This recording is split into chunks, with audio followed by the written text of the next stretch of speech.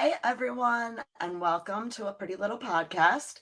I'm Allie, Violet Vixen Commissaro. And I'm Jesse. Welcome back, guys.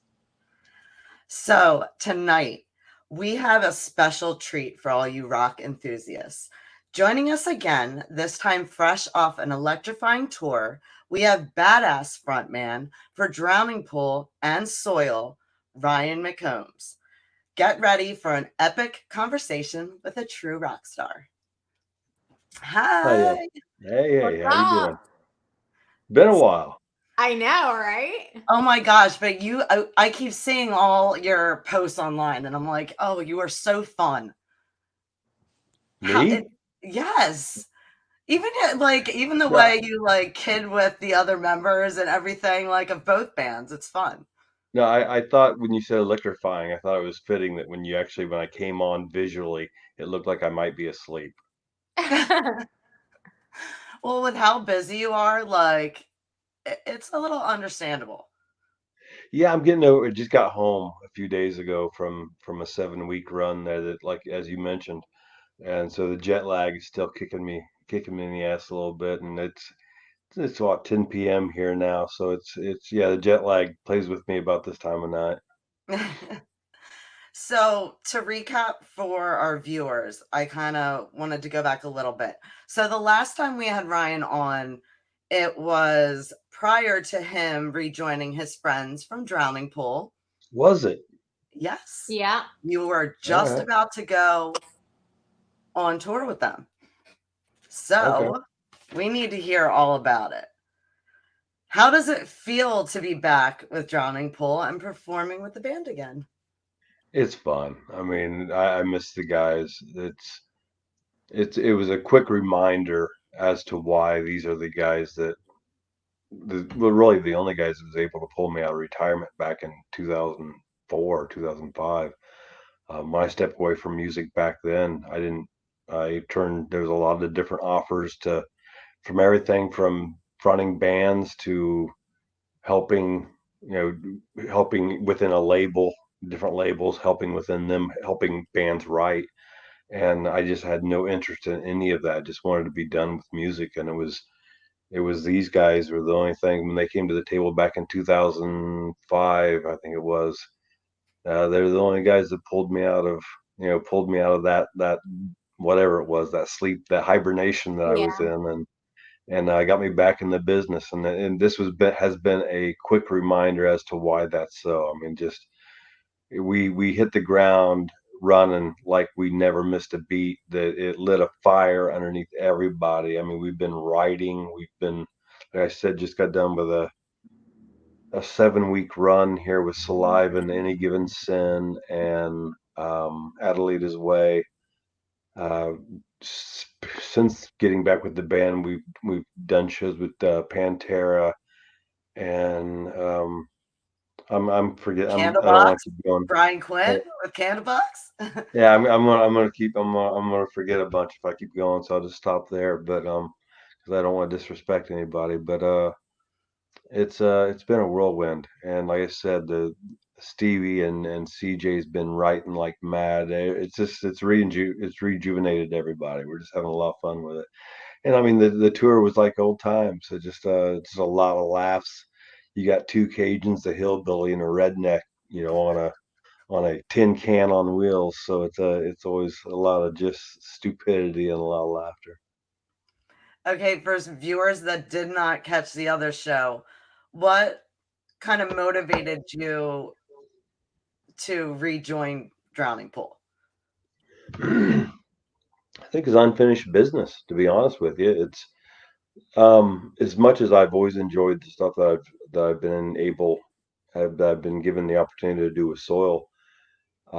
Me personally, the self-titled Drowning Pool album is one of my favorite bodies of work that I was ever able to be a part of. So I and I'm not saying that, I've always loved the fact that I have had Adam and Tim and all to write with Soil, but at the same time I also love writing with Stevie and CJ. It's been a blessing with both those different entities to have musicians like that to write with.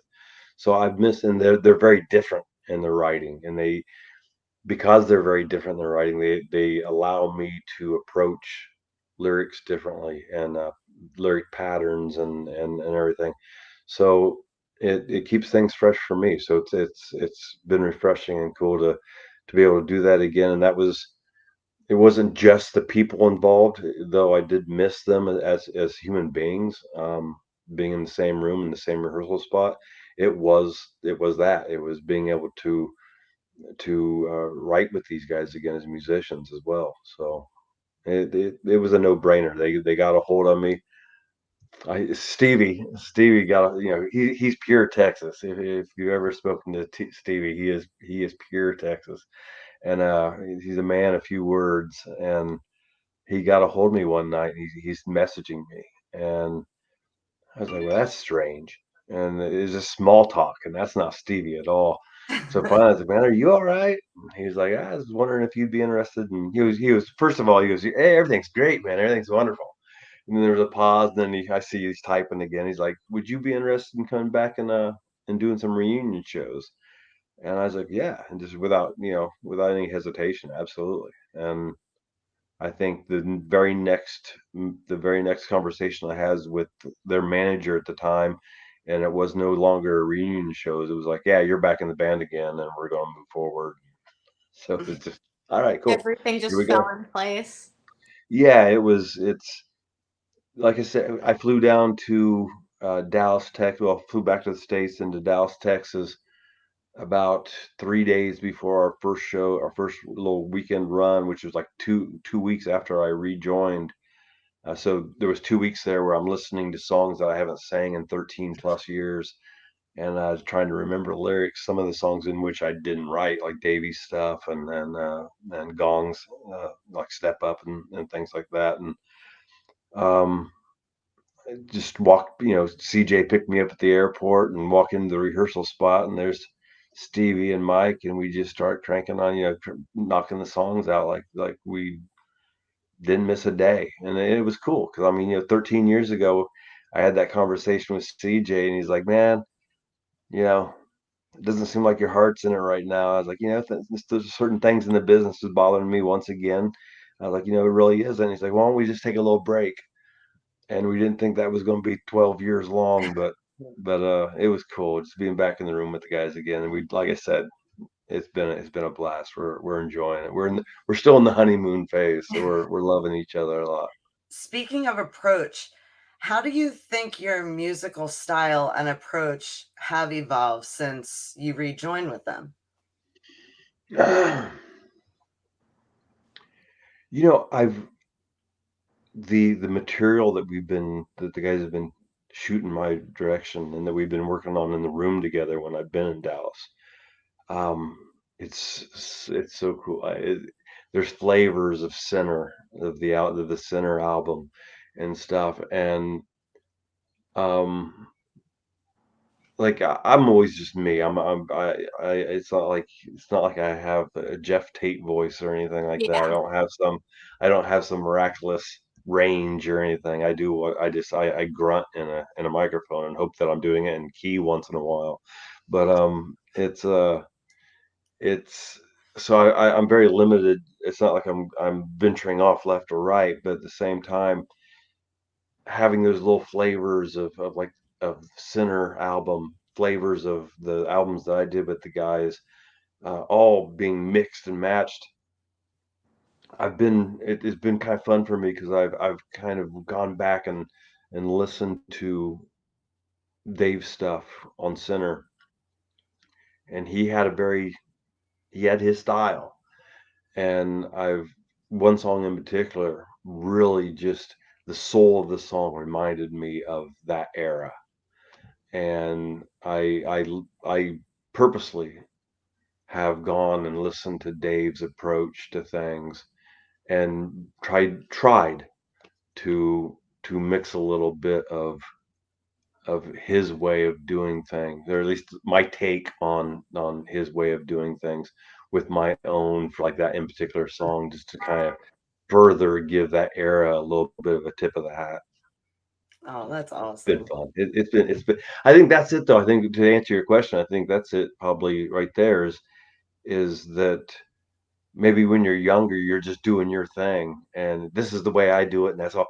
Nowadays, it's fun. I find those types of things fun to dive into something a little bit deeper and purposely try to incorporate different things to come up with an end result that you feel like maybe something that you wouldn't have thought of 15 years ago. I don't know. Just the creative thing is a little different. I think the white hair is doing it. Yeah. Are there any specific songs from Drowning Pool's discography that particularly you enjoyed performing again? When I was going, like I said, I was going over the songs again in my head. I'm walking around town here in England with my headphones on, listening to songs that I haven't heard, I haven't sang in 13 plus years. And one song that I kept hearing was a song from the album Center that we never did before, and the band hadn't played it since Dave was with them. It was a song called Mute, and that was a song that I asked the guys if we could bring it into the set, and they were like, absolutely. And so we did that on this last run on this run that we did with Salive in Any Given Sin, Adelaide's Way, and it was just a blast. I love that the groove of that song is when you're on, it's a nice change of pace on stage. It adds something to the flow of the set. And as a vocalist, I just love the mind space, the headspace that it puts you in. It kind of pulls you away for a second, kind of puts you somewhere else for 3 minutes, and I've enjoyed that song live. Um, Tear Away. Uh, I know that the song. I know what the song meant when I know what it meant to Dave when he wrote it. We've had those conversations, um, and it means something completely different to me. But that song is a very personal thing to me, just for the fact that number one, it's Dave's song, and he was a good friend. But the lyrics, even though I know where they came from and Yeah. where he was when he wrote it, for me, it's like his lyrics mean something completely different to me because of where I am singing his song. Everything happens for reasons I just don't know. Do I really want this? Sometimes I scare myself. I just can't let you go. Those little things, those little lines in that song that meant something completely different to him. But me now being paying, on in a nightly on a night, I get the opportunity on a nightly basis to pay homage to such a great dude that those little lyrics and those little things like that are his. I get to sing those, and they mean a little something different to me as I holler them out of my face hole. So, how would you say the dynamic within the band has changed and evolved since you performed with them before? Because 12 years, that's a while. I, I think everybody's just this is no disc. Like I said, we're in our honeymoon phase right now. You guys feel So, like you guys seem very comfortable though. Like oh, even absolutely, yeah. you joining, like that comfort was there. So With, did that make it easier because you guys are such good friends to kind of? yeah, I mean, we used to be so business minded, Okay. and so concerned with the business that even the things that you can't control, which is a lot of things as a musician in the industry. They get at you and they drive you nuts. And we used to deal. I think we had a hard time not taking some of that. I know I did. I had a hard time not taking some of that on stage with you. And we were such perfectionists that you may have done a show that anybody at the show, anybody in attendance at the show, crew wise, whatever, may walk away from that show thinking, man, what a great show. But we may have just screwed one thing up that no one, and we'd walk on that bus just pissed. and we let things like that, I think, wear on us after a while. Whereas now it's just like, man, we're just enjoying being together again, and we there are times literally that I know that something came falling out of my mouth at one show, and Stevie, I don't even know. I think it took him a song and a half before he stopped laughing. But it was just that's just where we are. We turn around. I'll turn around to Mike, and if I catch that blind ass's eye, it's with just big smiles. It's just enjoying being on the stage, seeing one another, making noise together again. At that, I don't know. It's. I don't think. I know the dynamic has changed big time, but I think it's just because we're in a different place in our lives. We're grateful to be still doing this. That people are still allowing us to do this, and that's amazing. Okay, so I won't make you like name every band that you've played with because we'd be here for a while. But were there any that you hadn't played with before that you were really like impressed with? Since you mean like Since, recently? yeah, since touring like this last time. Any given sin. I I had heard. I was not, and this is no slight on them. This is number one. I live in England, so Yeah. it's a different radio situation over here. Hmm. Bands that are getting radio love in the States aren't necessarily the same bands getting radio love here, and vice versa. Hmm. Um, and not just that, but admittedly, I'm not the best on keeping up with I The like the current. music that yeah, I like the Yeah. music that I like. I'm Yeah. very narrow. I got my blinders on, not purposely. I just sometimes when asked a question like this, I realize that. Um, but any given sin, I'd heard so many good things about them, and then sharing the road with them, just awesome people. And to me, that's always been once I've gotten to know the people, that tends to be when I go back and I listen to the music even closer and kind of I enjoy the music more when I know it's coming from people that are good people to share time with, and they definitely fit that bill. I hope I've heard that our paths are going to cross again in 2024, so I'm looking forward to that. But Yeah, they let's throw definitely that in fit the the bill. universe. They definitely fit the bill of that with one of those bands that I wasn't familiar with until here just recently, and I'm glad I am now. It's awesome. Can you share any memorable moments from the road? I'll leave You it very know, vague for you.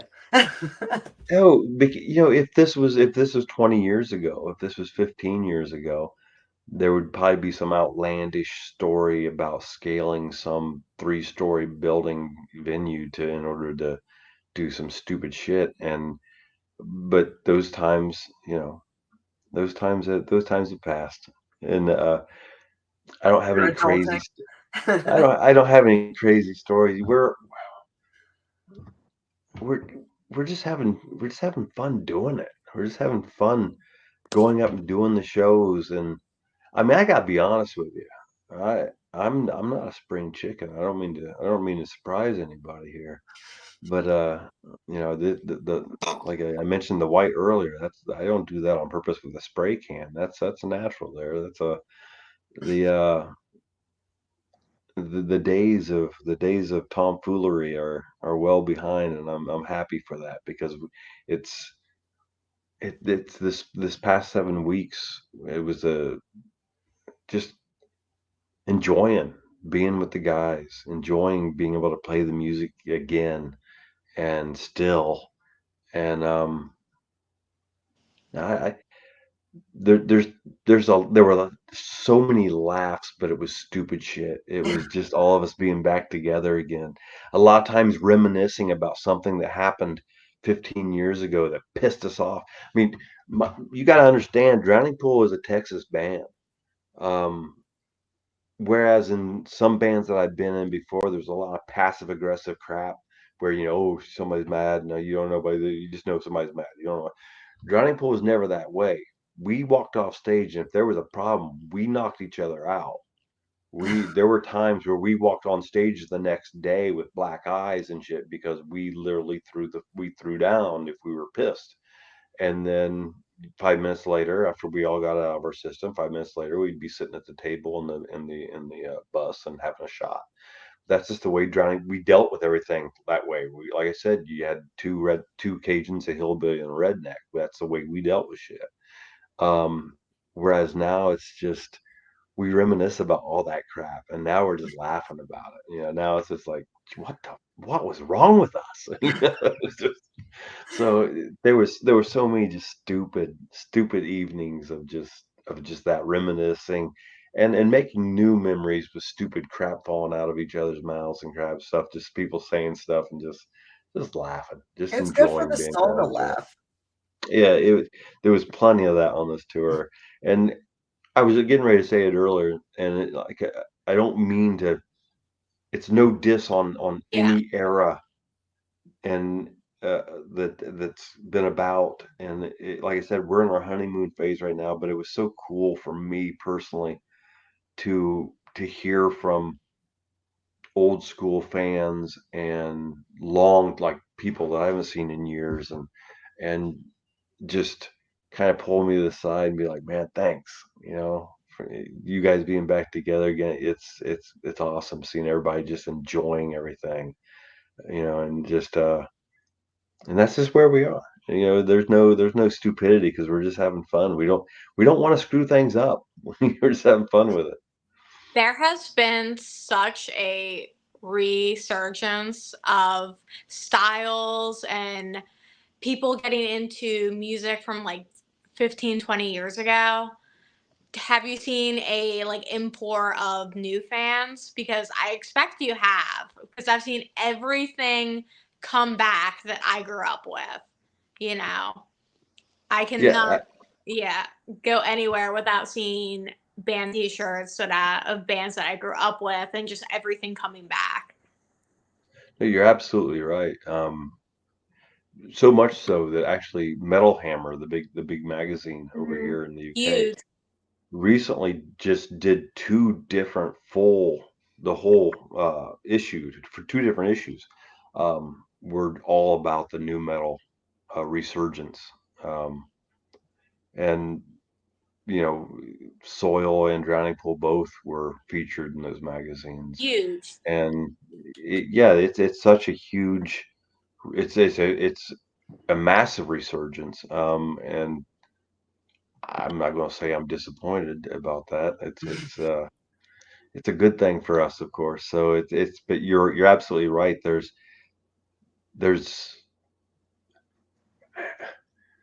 without sounding, uh, without putting myself into a hole or whatever, there's young people at the shows again. Yeah. Yeah, there really It's is. it's cool. I mean, because like back in the day, that's the way it was. Back in the day, Yeah. there was everything from you would have somebody that looked like somebody's grandpa with their what looked like their grandkid on their shoulders, and both of them were singing bodies or singing Halo or whatever, which are now and then all of a sudden you kind of got away from that, and not kind of, you got away from that. But You guys are in video games. Like your songs yeah, are in video games. They're with WWE I mean, they've been in a lot of things that the kids can relate to. Like I know my son, he knows every word to Bodies. Like if it comes on in the Yeah. car, yeah, that's always he's been the screaming thing with at Drowning out Pool. the It's phone. like, what band do you in? Drowning Pool. Let the bodies hit the floor. Oh yeah, yeah, yeah. That's my favorite song. Okay, yeah, it's Drowning Pool. That must be so cool to see like the unity between the newer and the older fans, and the fact that everybody can just come together over their love of Drowning Pool. Like, that's sick. It really It's a it cool is thought. because, and thank goodness for it, because I mean it's those people that are keeping the band alive. The old fans as well as the new, and for all of them, we've got new music coming. So I mean, we should have the plan is because Drowning Pool. I know we've been able to announce a lot of stuff on the soil on the soil side of things. We have been able to be a part of announcements for a lot of European tours and just Earth Day birthday down in Florida here recently. We were able to let people know we're going to be on that. We got a tour in March and stuff. But there's also a bunch of stuff with Drowning Pool that's on the docket that it's already settled and already in stone that we just haven't been given the green light yet to announce. Um, so 2024 is I'm not going to be home much, but it's Are you home much now?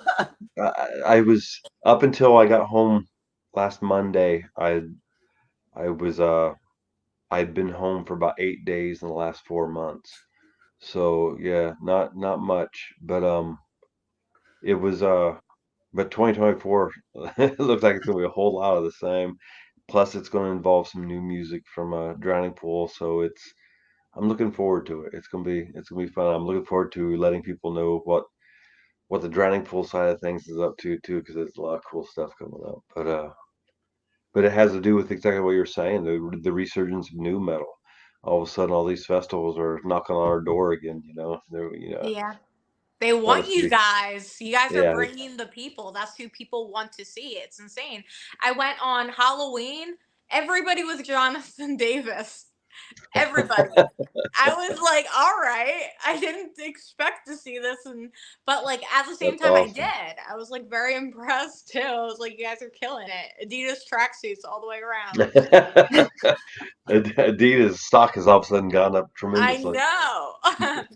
They think they just put out a collab, like Korn's doing a collab with Adidas, Yep. and like that's Yeah. how big. I'm surprised it wasn't done sooner, but that's how in demand these are. Like Well, these I know they bands did. are. I think they did auctions for Yeah, for the items, and they went. It was, it's which crazy. it's awesome. I mean, yeah, just a big thanks to everybody out there that's brought it back around. I don't think it ever. I don't think I don't think Drowning it Pool really ever ever really left. lost. I don't like. I mean, everyone that I talk to, they're like, Drowning Pool. I love that one. That's so Yeah. exciting. Like I was telling people that you were coming on this week, and they're like, "Oh my god, really, really?" Like I was like, "Yeah, he's awesome." No, I appreciate y'all's time, but I, it's it doesn't seem like it. It doesn't seem like Drowning Pool ever went away. Yeah, I they didn't. Um, I mean, even the 12, 13 years that I wasn't with the guys, those guys were still cranking out good songs Mhm. and doing it. So I mean, I'm just getting the opportunity to do it with them again. So it's And you have so many years of like memories, like because those songs, I mean, they've been there through so many different things. I'm sure when fans talk to you, you hear all sorts of things that they relate to your music. yeah, I think that was something that uh, the manager at the time that I came back. That was something that he said. He was like, it's just number one, the guys wanted to get back together again. But he was like, on a business stance, everybody's excited about it. Booking agents, all that stuff, because they're like, the band's always going to be known as the Bodies band. That's just a given. But at the same time, when it comes to the business side of things, it was actually three of the songs that I wrote with the guys back in the day: 37 Stitches, Turn So Cold, and Feel Like I Do were actually the three out of all out of the entire Drowning Pool catalog. Those were actually the three highest charting radio songs in the United States for Drowning Pool. So the business side of things was super excited Yeah. about us getting back together again as well. How do you feel like the industry, since you've been in it, like, let's talk earlier days to now. How do you feel the industry has changed and how have you have kind of approached to adapting to that? I don't think we have enough time. Like we could do like a week long episode right now, and we couldn't hit upon all the ways that the industry has changed. Um,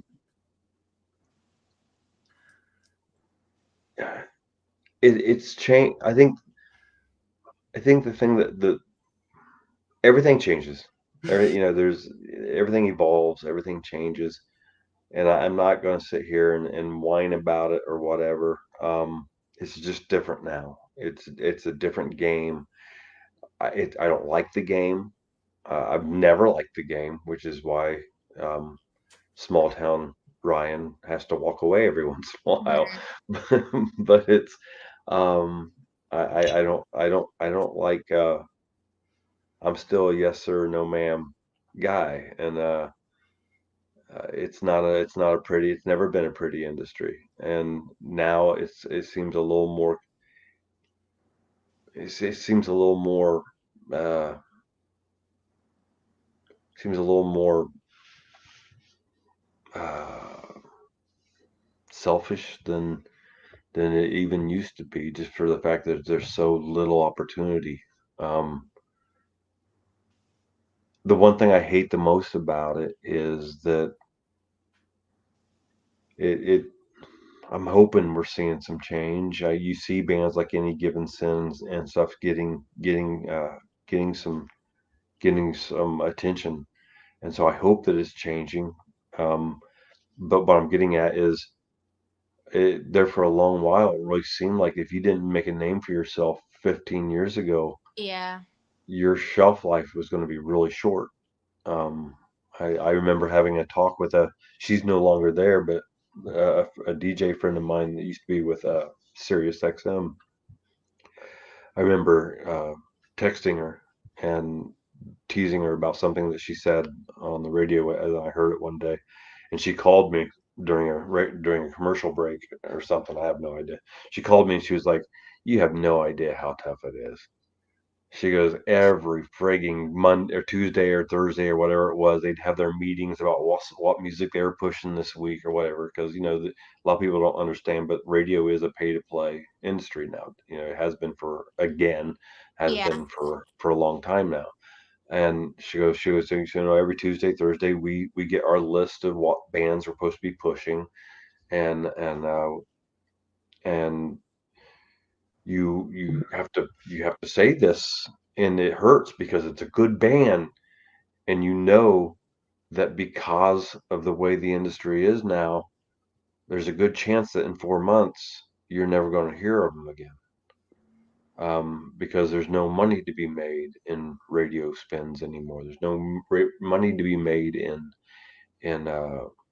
online. Definitely not. There's never been money to be made on online streaming, but and which regretfully now, because of online streaming, They're cutting it more and more every day. yeah, because of streaming destroying hard copy sales, um and the fact that, hey, I do it, all my music's right here, Yeah. that, that's where all our music is. So I mean, I'm not dissing it, because that's the way life is now, but this killed CD sales. It killed hard copy sales, which used to be a big way that band members, musicians, were able to keep the lights on at home and to feed their kids and crap like that. And the song is the widget. Every business, uh, everybody, all businesses are created because somebody's creating a widget, and then the employer employs employees that create that widget, and that widget goes out there and they sell that widget, and then the sales of that widget allows the employer to pay the employees. But when that widget is now for free, or when that widget, you can buy as many widgets as you want for $9 a month, all of a sudden, you know the you know the employer is not able to employ that employee anymore, and so that's what she's kind of getting at. The sad thing is that even though the band was killer and she meant what she said by the good things that she said about the band, it was sad. It was almost heartbreaking knowing that week in and week out she said this stuff about bands that chances were in 4 months they weren't going to be around anymore. And Yeah. so I'm hoping I hope somehow that changes, because there's a lot of talented musicians out there that deserve a chance to live their dream, to do what a lot of us have been lucky enough to do. And what would be because I know that there's a lot of aspiring bands that watch our show also. What would be some of your best advice that you would throw out there, especially to like some of the bands that are trying to make it in a similar genre as Drowning Pool or Soil? Like, what's some advice that you could throw out there to them? There was a point in time that I was so jaded by the industry that when I would be asked that question, my answer would be go back to school, do something else. Yeah, I am I'm blessed and cursed to have lived that rock star uh, upbringing. I don't know the right terminology to say for it. I I I moved to Chicago to chase my music hopes. Because I grew up, I was born and raised in a town of about 3,000 people. There's more cows than there were people. Um, so my only chance was to go somewhere else because David Geffen's airplane wasn't going to crash on Main Street, and all of a sudden you stumble into my rehearsal spot. I needed to go somewhere, and I had the chance with Soil to do so. So I moved to Chicago, and for 4 out of 5 years, I lived in our guitar player's garage, and there were many days that I would scrounge change off the floorboard of the truck on the way to work so I could buy a chili cheese burrito from Taco Bell so I could have some food that day because all my money went back home. And I lived that poor rock, that Yeah. hope, that whatever the right term is there. I lived that for a long time. And honestly, as I say that, I don't remember what the hell the question was now that I brought that up. But What would be some advice that you okay, would give thank bands? you very much. Sorry about that. Um, uh, because I lived that, and then I saw the industry change, that would be my answer. Just don't do it. just just go to school, man. Be an engineer. Do something. Um, uh, but at the same time, I've learned that it's bullcrap. If it's in you, it's in you. I mean, I woke up in a puddle of sweat in Chicago summers in the garage. I woke up freezing my ass off in Chicago winters, scraping the frozen saliva off the side of my face.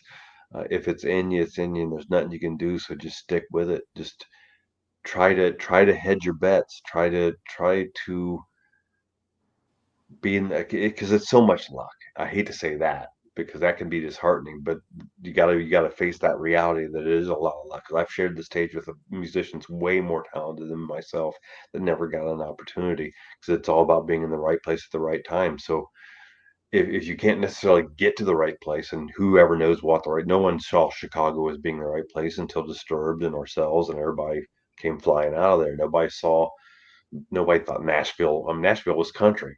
Yeah. Now it's like the second LA. No, It's all these scenes. No one saw Seattle coming. Point being that, but at the same time, if you can't necessarily jump into the right place at the exact right time, then just concentrate on making your place the right place. That's what we did in Chicago. I mean, Disturbed no one from zero. Um, Soil. There were so many bands, Loudmouth. There were so many bands in that scene, and it was such a healthy scene because the bands worked together.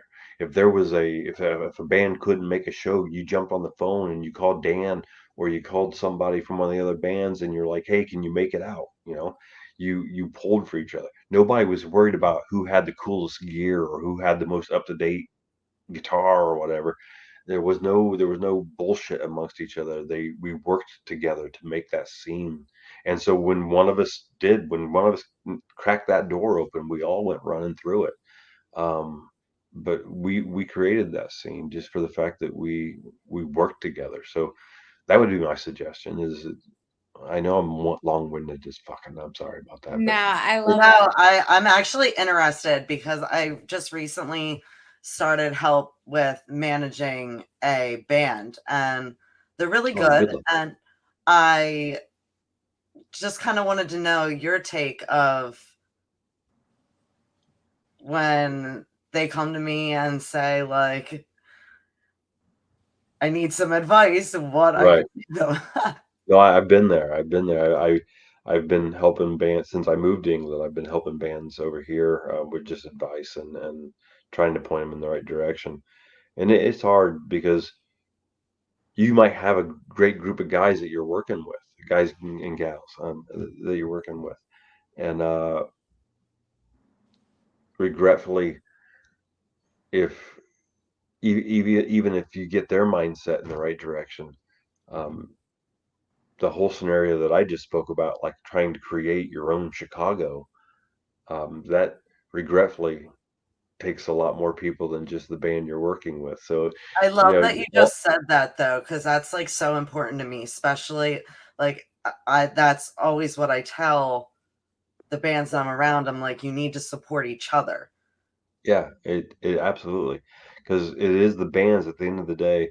It's the bands working together that helps. That's such a major important aspect of a healthy, strong scene. Creating Like your I'm And always watching to see who stays through other people's sets, stats, who's yeah. sitting there rooting for the person on after them or the person right, before them. Like that, I mean, I always keep my eye out for that. There's been a few that have wanted to come on the show that didn't show support. And I'm like, you know what? No, I'm not making time. You didn't make time for anybody else. fair, I yeah, was gonna say, one of the things that I love about Texas bands is they're from Texas. They get up there, they say, "We're from Texas," like F you, like, and I'm like, when a band's from Texas, they're from Texas, and I eat it up every time because I feel like there's like such a pride and like it has always made me want to go visit like Austin or Dallas or something because I'm Philadelphia. Every single time I see a band from Texas, they're like, "We're from Texas, hell yeah!" And I'm like, I gotta get down. It makes me want to get the hell down there and see what they got Their going. concerts always look really hype. I Like know. whenever you see the crowd, I'm like, I gotta go. Like, it and that's like the grassroots of being like, this is where we're from, and we bring it. And I'm like, I gotta go see what that place is about. I gotta see you what's know happening down there. Deep Elum. There's a section of Dallas called Deep Elum, Hmm. and that is where Pantera back in the day. You had the Curtain Club, and even up to the point to where when I was there, you had the Curtain Club, and you know you had a bunch of venues, trees. But even since then, even though like the Curtain Club's not there anymore, there are clubs like the Bomb Factory Yeah. and the and Trees back again, and not recently, but has been back for some time. That niche, that area of Dallas that gave birth to Pantera and gave birth to Drowning Pool and gave birth to so many Texas bands, it's still there. It's still a very cool uh, atmosphere. You feel it, and you feel what you're talking about. There is that The feeling sense of is pride. Texas. Yeah, Yeah. that feeling is Texas. Whether you are, it doesn't matter what your walk in life is. If you're from Texas, there's something about it. And so, yeah, you definitely see that with Texas bands as well, because that's just a part of Texas. That's just everything's bigger, everything's better.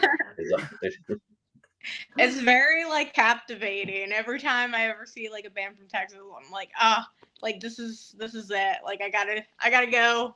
I'm like determined to go and see what it's about. we've got a song that we wrote back. It was on the self-titled Johnny Pool album called "Let the Sin Begin," and Hmm. there's a line in that, and we were playing that song, and we put that song back in the set again on this last run, and there's that line, got an Indiana heart with a Mm-hmm. Lone Star state of mind. Because it's just that, I'm from Indiana, but I lived living down there in Texas for 5 years in my original run with 5 out of the 7 years of my original run with Drowning Pool, I was living there. And Yeah, yeah, it's a mentality that grabs you by the cojones and makes it, it becomes part of you. just amazing. So I've got to get the fan question in here. Everyone wants to know, how does the experience differ between you performing with Drowning Pool versus you performing with Soil? It's not fair. And I only say that because, like, right now, right now, to be completely honest with you, and I still enjoy, absolutely, because I wouldn't do it otherwise. Still absolutely enjoy writing, not performing with Soil. No question about it. But right now, of course, the Drowning Pool thing is new again. So and and not just that, but I've been wanting to write for 12, yeah, You can big correct. app, for a big 12 years now. I've been wanting to write, and I've been missing that aspect of my life. Um, so being able to do that again is, just, I'm on fire. I'm enjoying it. So it's not to say that I don't enjoy Soil, because, like I said, I wouldn't do it if I didn't. I love the opportunity to play, to still be able to do music with Adam and Tim, and I hope to for a long, long time. But right now, like I keep saying, we're in a honeymoon phase again. So we're just, everybody's loving everybody. Everybody's having a good time in the Drowning Pool camp. So it's a lot of fun. Now, And I know you have to be careful about what you say, but are there any projects or anything that you can tell us in the future? well, there's definitely going to be some new material at the end of first quarter, beginning of second quarter of next year. Okay. Um, the reason being is that we have a lot of big shows in the summer, that we want to have new music out for. We haven't been able to announce any of those yet, but I don't, I, you know, Can you let fans know? Is it going to be heavy? Is it? I think, sorry, my back. I've been sleeping in a He's been bus torn. He's been bunk on the for road. yeah, I've been sleeping in the bunk of a bus again for the past 7 weeks, so I keep popping. Um, the I don't know. No, it's Drowning Pool. Like, it's there's aspects of scent, like, in one song. There's a moment where there's a flavor of Dave Williams era Drowning Pool, and then the bridge kicks in, and there's like a little hint of Full Circle era Drowning Pool, and it's CJ. I know CJ has said numerous times how he's loving it, because we wrote so well together back in the day.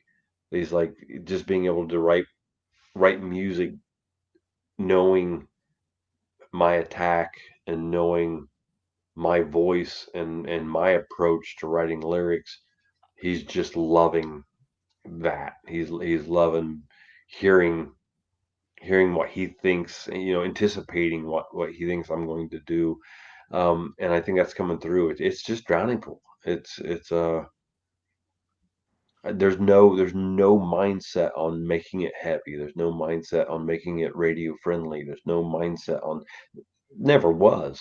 And it's just Drowning Pool. It's We're having fun with it, and I think it's coming across in the music, because I know that everybody that's heard is pretty damn excited about getting it out there. Oh, I can't wait. Exciting stuff. So, did you have any unexpected challenges with rejoining Drowning Pool? Because I know when we talked to you before, like, you were very reserved with what you said. Like, it, you were unsure about how like it would be rejoining them. Like, was there anything once you got in there, even though a lot worked out, like was there anything that you were like, oh shit, I wasn't expecting this? Also, the distance between, like, how are you guys managing that?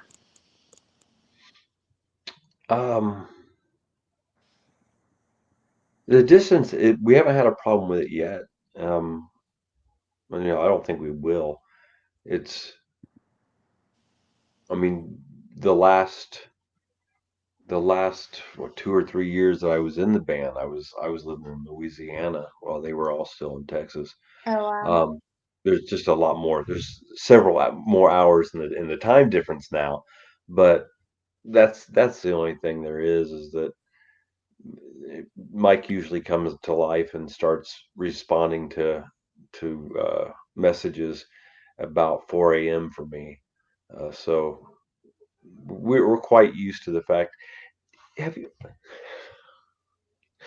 Wasn't there some weird, like, and I don't. I know that you gotta watch what you say nowadays because somebody's gonna take offense to it, and I don't mean to offend anybody. It's not And on then our again, show. I don't really give a shit, but I have to say that part of it too, just to cover my bases. But there was kind of wasn't there like a movie about, I want to say Sandra Bullock was in it or something, where she would put like a letter in the mailbox, and then like later the I don't Was fucking know. is Maybe that the Notebook or something? I don't think it was the Notebook, but It was one of those. Yeah. it was something like it was in Yeah. that era. It was in that era. Yeah. Um, uh, It was That something like the Notebook. Like it was like the whatever. It was like a house on the whatever and on the. Yeah, I yeah, know what you're talking about. Yeah, I like yeah. what I would y'all like know. to. I wouldn't mind. I'm glad that we're not coming up with the name of it right now, because if I had the name right off the top of my head, I'd feel even worse than I do now. But it was that we're all on the same page here. But that's kind of the way communication is right now. I mean, I didn't see that movie. Mhm. I'd like to make it straight. But from what I saw of the commercials, I'm pretty sure I understand the basis of it. Yeah. And that's the way communication is with me living in England right now, is that like they answer my stuff, and then I see that when I wake up. I Mhm. respond to them while they're sleeping. They see that when they wake up, and it's back and forth. So it takes us a couple of days to come up with a damn answer for anything. But but we haven't run into any problems with it thus far. Um, I don't anticipate it. I do think you guys everybody only really write music when you're together, or I mean, how does both. that work with you being so far and with the communication?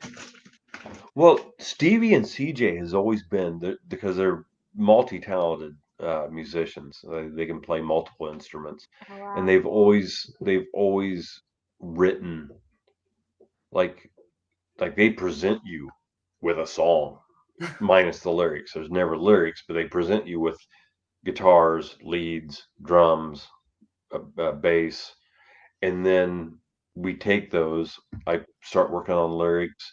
If I'm needing to, well, if I'm running into anything, which we've had, you know, it's really cool because Stevie's also a really good lyricist.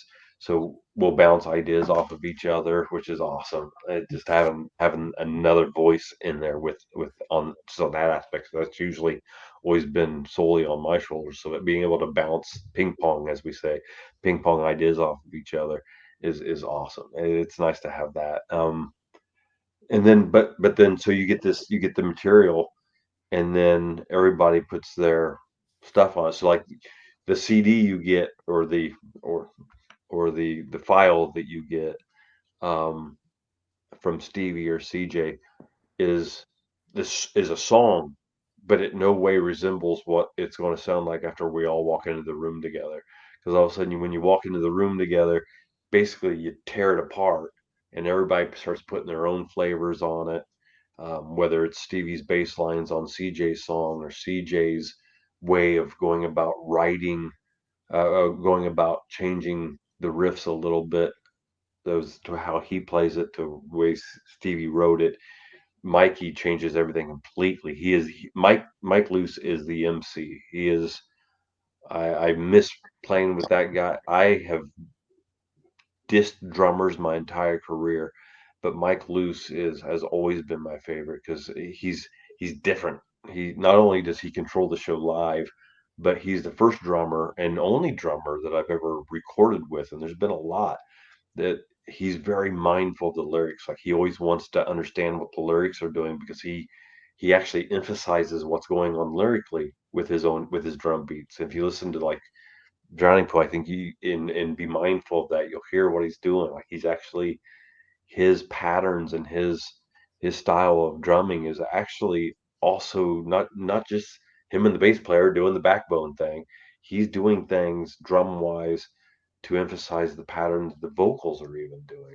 So you go into a room, you may have that file or something of a song, but once the song is done, it's a piece of Mike, it's a piece of Stevie, it's a piece of CJ, it's a piece of myself, and it's completely different than that original file. So like, and then there's so that's probably the majority of the way things happen with the distance that we spoke about a second ago.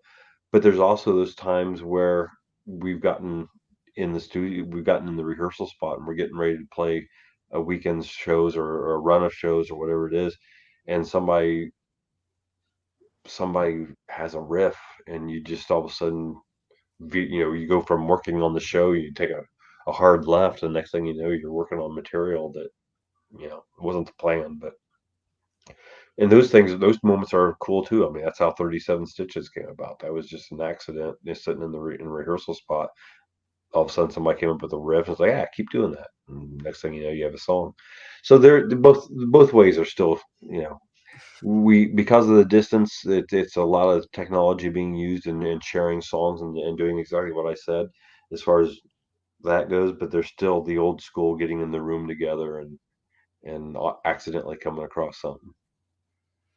Now, we had asked you last time. I know you've been really busy and probably forgot, but did you did you see how long that you could hold floor for in bodies? Hold what? When you go floor, like, did you see? Yeah, I'm not that good at it. That's the best you're going to get out of me. Yeah. Did anybody time you to see how long that you could hold it? No.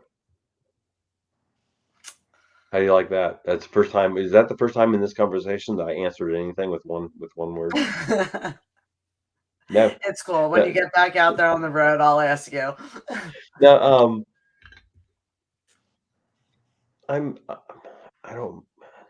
I know I touched on this earlier, but I don't mean to shock you. But I'm old, so basically, anytime there's an opportunity to get some crowd participation in moments such as the one you're talking about, when there's a long drawn out yell, I will eagerly Give somebody and their moment. yeah, Yep. absolutely. Yeah, Hmm. I think one of the important things of live performance is creating memories.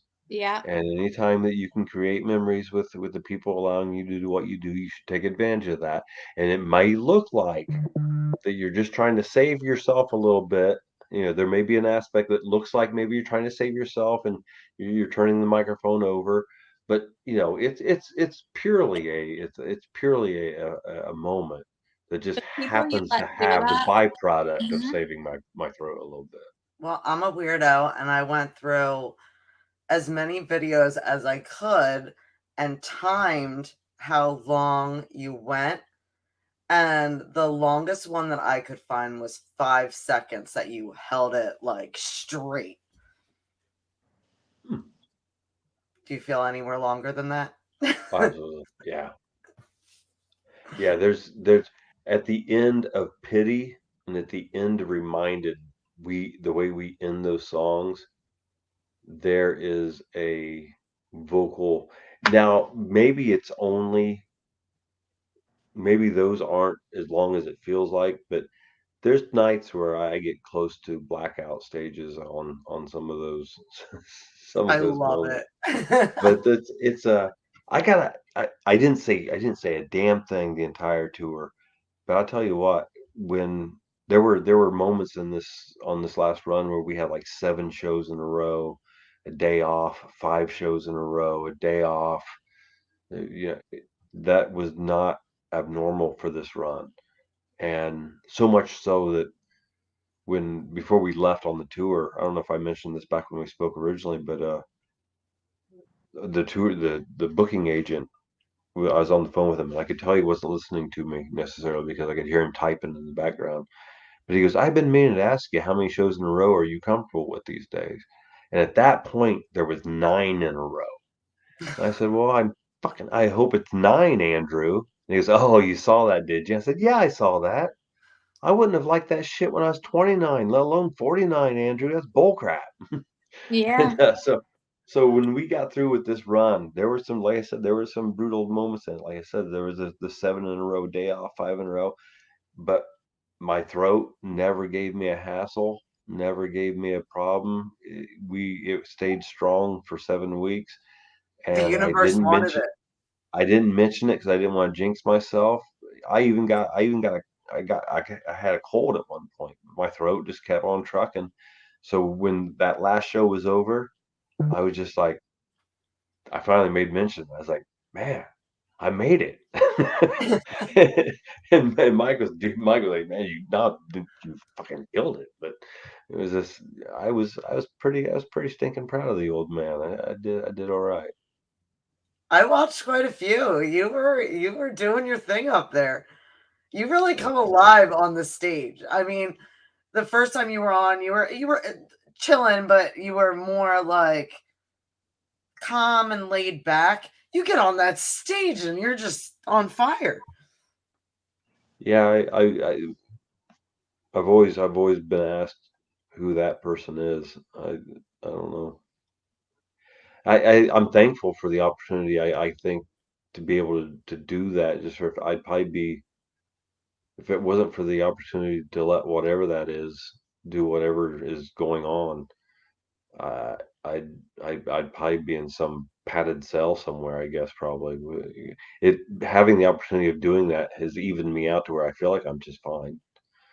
But I guess that wouldn't necessarily be the actions of a just fine person. So thankfully, I have that opportunity. Otherwise, who knows what? Maybe quiet, subdued Ryan would have issues that I'm not aware of. I don't know. Yeah. And I want you to know the first time you came on, you had put the Angry Hobbit. And we were just starting the show. So like I wasn't really sure like who put in the name. I just want to apologize right now. I yelled at our producer so bad for that. I thought he put that in as a joke to mess with me. And he's like, I didn't do that. But That was one of my dearest friends, Missy Rarrett, back in Iowa, back in the States. Um, she nicknamed me the Angry Hobbit many moons ago, and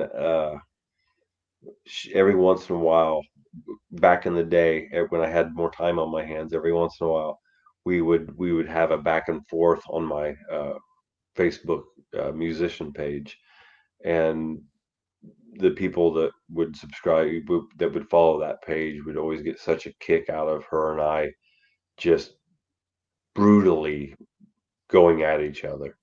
And that was a moniker that she tagged me with, like I said, many moons ago. So it's just stuck. that's great. We'll have people at VIP sessions every once in a while. They'll bring it up. Oh, yeah, I'll walk in the room. It's like, that's the Angry Hobbit. And I'm like, oh, fuck. Do you think you guys will ever do that again on the music page? Because that Yeah, sounds fun and entertaining.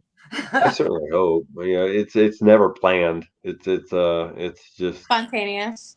yeah, it's I just mean, you when have like the funnest answers and like perspective when you're posting. Like, I What was the I one the got other day? Something about cottage cheese, like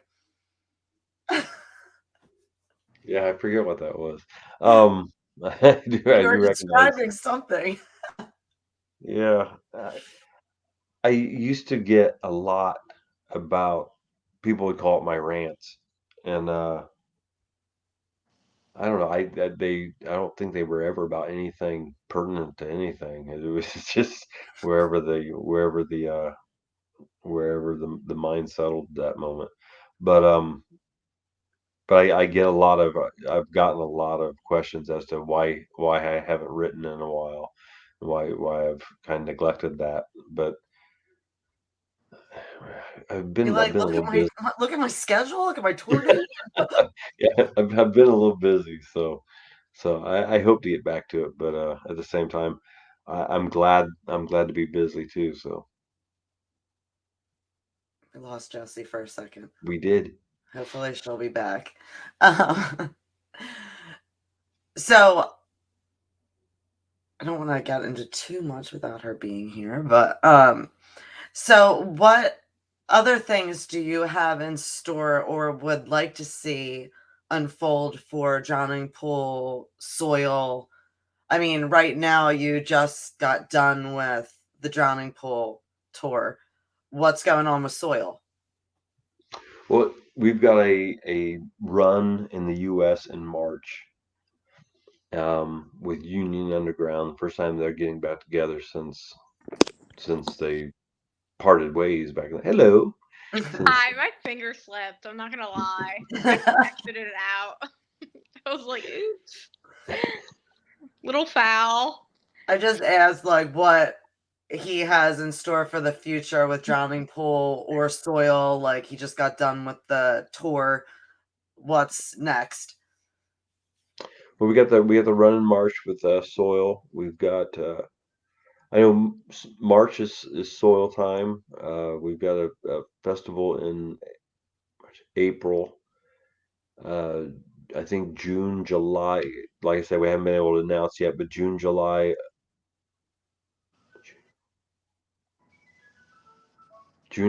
is or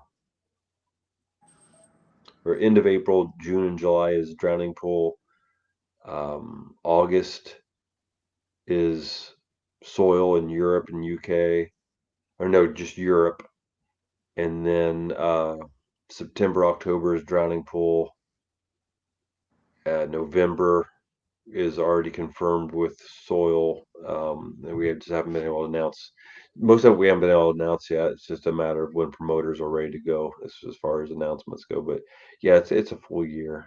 And like I said earlier, new music as well with Drowning Pool coming out. So I love that you stay as humble as you are. Like you're getting up in front of these huge crowds with two international like touring bands. Like it must be amazing. Like the feeling when you're up there, knowing that they love your music. it's humbling. It's I'm still. I hope. I know. I absolutely think. I absolutely know that I do have a side to me that can be very much a singer sometimes because the guys will be very quick to call me out on and I think they'll call me out like 'cause they know it's not me naturally, but every once in a while I'll be like, "Hey, do you guys want to blah blah blah?" I'm like, "Nah, I'm fine." And they're like, "Oh yeah, fuck the rest of us." But it, it's I think that they're quick to call me out on a moment when it does happen, just because they know it's not me naturally. It's not the way and it's embarrassing for them because it's like I don't want to be that person. Um, but I think the people that knew me back 30 years ago, I think for the most part would feel like I'm pretty much the same guy. I hope so. I still I run into them and I get that feedback from them. I, I was lucky enough to have an awesome uh, upbringing. My parents were amazing mother and father, and I was blessed with that. So I don't have I don't know why I sing about such. I don't know why my view is always on the negatives that have happened to me or that I've experienced, because I was blessed with an amazing childhood and with an amazing upbringing, um, but also with an upbringing that I am still very much a yes ma'am, no sir human being. I still believe in holding doors open, and I do get a little pissed off, a little pissy when you don't get a thank you in return, but yeah, so be it. But that is, I'm just, I am small town Indiana at the end of the day. So I was going to ask you earlier when you were talking about Chicago, since you've been basically all over the place, what would you say is, first of all, what would you say, who has the best pizza? Two different things. I No? mean, if you want, uh, just regular old pizza, then it's hard to beat New York pizza. But Okay. Chicago pizza, like if you're talking you pan thick crust pizza, then that's Chicago. It's not being a New Yorker or a born and raised uh, Chicagoan, I think is the right term. I don't know. Um, I can say they are two different animals. I mean, if you want, if yeah, it's to argue that I don't know. It's like arguing a chicken Caesar salad and spaghetti. It's two completely different styles of pizza, but and I'll take either one. I don't care about. But I mean, I am partial to Chicago pizza because I did spend a lot of time there, so I love a nice stuffed crust pizza or like a Pequod's pizza or something like that. It's in for my own taste, it's hard to beat that. But they are two different things, too, in my book. Did you, when you were on tour, did you get to eat in any like really cool places that? I tell you what made me the happiest, because I've lived in England now for 6 years. What I was so thrilled about was like we had a couple shows where uh, I got out, I was able to get out, and because of the area that the venue was in, I was able to find like a little cafe, and that I was so thrilled about that, being able to find like a little cafe at like 11 a.m. or whatever, and be able to go in there and have like biscuits and sausage gravy Oh, or some hell yeah. The just good some. stuff. Yeah, I mean, one morning I was so bad. I for breakfast I had like country fried steak and scrambled eggs and Good. grits. The table in front of me was stupid, but I was so excited about all these. I had like grits over here and bacon and country fried. It was ridiculous looking, but it just I so that was probably my biggest thrill was. I mean, we did get down to New Orleans, so I got muffalata and boudin and all that good Louisiana food that I missed from when I lived there for 5 years. But uh, that was my biggest thrill, was finding those little cafes, little mom and pop shops. The ones that open like for breakfast and then close like at 3. Yeah. Yeah. Those places were. I found a few of those, about a handful of those in the 7 weeks, and I was a happy little hillbilly at that point. I think the thing I would miss most is probably not even a cheesesteak. Like everybody, all my friends that move out of Philly, they're like, "Oh, I miss the cheesesteaks." The hoagies. That would be a good. Nothing like a good Philly hoagie. But like the cheesesteaks, they still bang. Like I get why people miss them. Yeah. Oh my God, there's this place that we just went to on Saturday, and Mm-hmm. they hand make everything. Have you ever been to PC Pub, Jesse? I think I know what. I think I might know what you're talking about. Probably a Where is Pizza Cosmo Club, whatever. It's like Okay. in the middle of nowhere, Pennsburg, I believe. Um, Anytime anybody I know is playing there, Mhm. all my friends, we all go. They have like phenomenal food. So this week, like I wanted like something different that I haven't had there, and I tried their lobster raviolis. Oh Were my they good? god. They were like the best thing I ever had. Like everybody's looking at me. My friend walks in, she like looks down, she's like, "Oh, I want whatever you're having. Like that smells delicious." Like I've never been there where I have got something that I'm not like thinking about for the next week. Yeah. That's why I order fajitas so everybody can turn and look at me. It's my important moment is ordering the fajitas. It's at that moment I'm on stage. Everybody's turned looking at me with my sizzling plate. Right. Yeah. But It was. okay, well, all this talk of food is getting me a little hungry at this point. But Yeah, I'm in the middle of a fast right now. That's awesome. I appreciate Oh this. no. Oh, damn. Whoops. why would you do that to yourself? Yeah.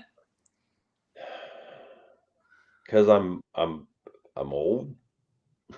My family wouldn't even let me do that. My son would be I- like, "Eat, mom, just eat, just eat." It's about at this point in my life, it's really the only because I mean, through the years of I'm 5'5". If I wasn't active and just ate the way I want it, because I love food. I love Yeah. food so much. There's no I One of the things I love about touring is just trying and being different countries and different places is trying the weirdest thing on the menu. That's what I'm going to try, and just so I know, and so I love food. If I didn't do things like every once in a while get on a fasting routine or some sort of How much longer do you whatever, have? I would be like Fat Albert in a 5'5" body. I would be on stage like Fat Elvis every night, and it would be disgusting. So I do these things to myself just to try to make sure that they don't have to roll me on and off. So I'm not like John Popper up there and Yeah. somebody just throwing harmonica at me just to get me to whatever. Wow, you're so pleasant for being hungry. Like I would be so mean. I would be I, mean, I haven't hit the hangry yelling. stage yet. Like No. everybody would be like hiding from me. So see, that's why I do it at this time though. Like I do it like start it Mm-hmm.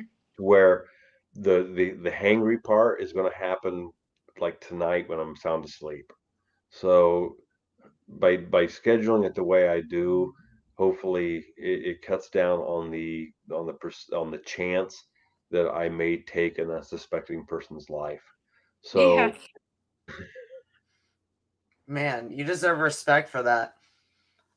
The legend, like actually fast so that he can look good on stage. yeah, it isn't necessarily to look good. It's just so I don't look bad. Like a I, weeble up I there. think looking good passed me up a long time ago. I just don't want to look bad. It's just, Speaking of which, the photos that you've been like posting online and that have been going around, they are awesome.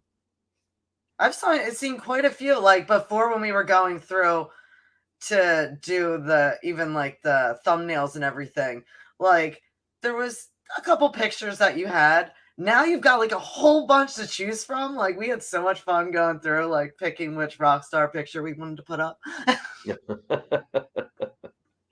it's been there's what people can do with us. I mean, about every show you go to now, there's 3 or 4 different people with cameras down there out Yeah. front, in the pit area and stuff. So we get plenty of awesome footage from talented people out there that take the time to come out and shoot the shows to be able to post stuff like that, and just really appreciative of people taking the time to coming out and sharing their talents with us and take the pictures in the first place. It's been awesome. I mean, is there anything else that you can tell us about being on the road or No, anything you have going on? not legally, no. It's No, I think we've covered it. Just new material, a busy 2024. There's some really cool stuff actually I get to be a part of that Drowning Pool is going to be able to be a part of that that's going to take us away from home. We leave December 23rd and get back January 3rd. So we're going to be doing some stuff. That's really all I can say. I'm not allowed Okay. to announce that yet. Don't get in That's trouble. kind. I probably said too much already, actually, uh, but some cool stuff that we're able to be a part of that's going to hopefully brighten the holidays for some people that deserve it. So, um, yeah, just a lot of good stuff, and just yeah, the main thing I'd like to say is just thanks to everybody out there for giving us the time of day, still 20 some years later, that allows us to do this stuff. I mean, it's awesome. And yourselves for doing things like this and allowing us to have contact with the people that allow us to do what we do. So thank you guys. As a longtime fan, I am so excited for new material to just jam out to. Like, I'm here for Awesome. it. Good to hear. Thank you. Real quick, though, before we hop off, I do want to give a shout out to SML Pop Art. They do these awesome pictures in the background, and he did this one up knowing that you were coming on. Oh, Pretty awesome.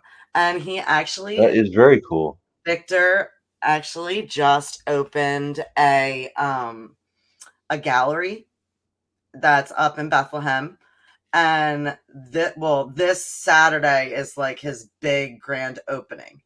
So I just want to throw that out. There's going to be all kinds of cool guests there, and anybody that wants to look, he usually posts everything online that he has of his artwork. Really cool things. SML Pop Art. He's on SML Pop Art. Instagram, and he answers back very quickly. Very talented. That's awesome. Yeah, he's done quite a few. Like, I have one in the other room that it's Little Red Riding Hood, and she's like devouring the wolf, and like the wolf Nice. head right next to it. Like, that's one of my faves. Very, very But talented. thank you so much, Ryan, for coming Well, on. thank you, Alec. It's No, always a blast. thank you both. I appreciate y'all's time. And like I said, people like yourselves that give the time to allow mm, hillbilly like myself, the chance to connect with the people that do what we do, that allows us to do what we do. So thank you all for your time and giving me the time of day. Thank you. Oh, we appreciate you so much, especially since you were like the first person that we had on Yeah. of like a larger magnitude. So I mean, like, when you came on, I mean, we had just started the show before. I Yeah. mean, like, even our background, we had like just like a purple screen. So it's fun to have you back on to kind of see how we've progressed too. Right. What were we talking about? A bull riding or something? Or Oh yeah, I still haven't gotten to try the mechanical bull. It's still on the bucket list. I've done other stupid stuff since, but I'm weaning. I'm working my way up to the mechanical bull. We'll get all right, there. all Oh, right. You'll be we're the first finding one. person to know when I do. Nice. Good. Oh my gosh, we are definitely gonna find one, and I I will know. get video. I will send it to you, Ryan. Yes. I look forward to it. Mm-hmm. But thank you everyone for tuning in, and I hope you have a great night